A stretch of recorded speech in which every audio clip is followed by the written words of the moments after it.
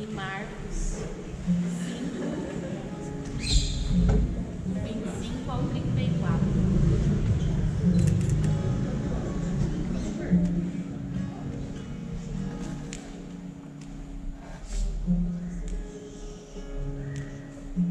Acharam? Marcos 5, do 25 ao 34. Estava ali certa mulher que havia 12 anos vinha sofrendo de uma hemorragia.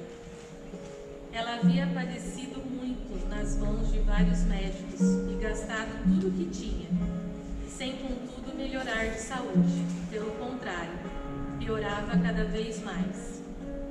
Tendo ouvido a fama de Jesus, a mulher chegou por trás no meio da multidão e tocou na capa dele, porque dizia: se eu apenas tocar na roupa dele, ficarei curada. E logo a hemorragia estancou, e ela sentiu no corpo que estava curada daquele mal.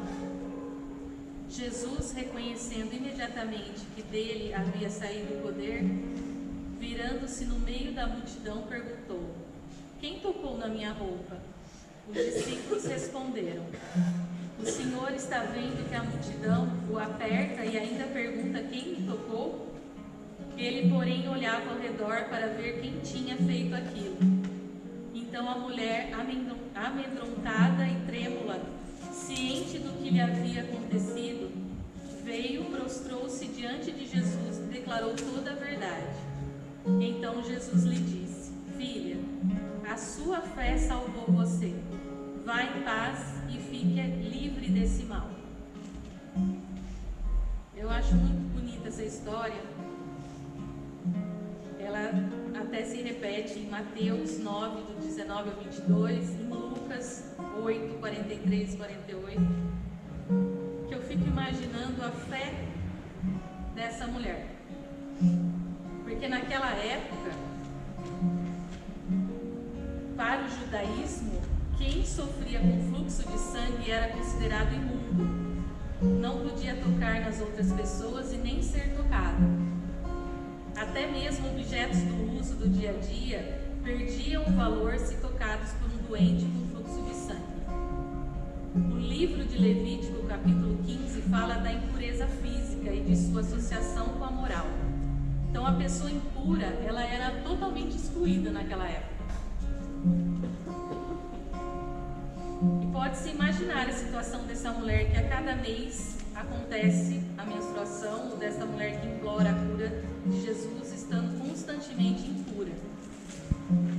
Então eu fico imaginando Jesus, aquela multidão, os discípulos com ele, e a fé dela de dizer: se eu tocar nele, num pedacinho de roupa dele, eu serei curada. Eu acho isso fantástico,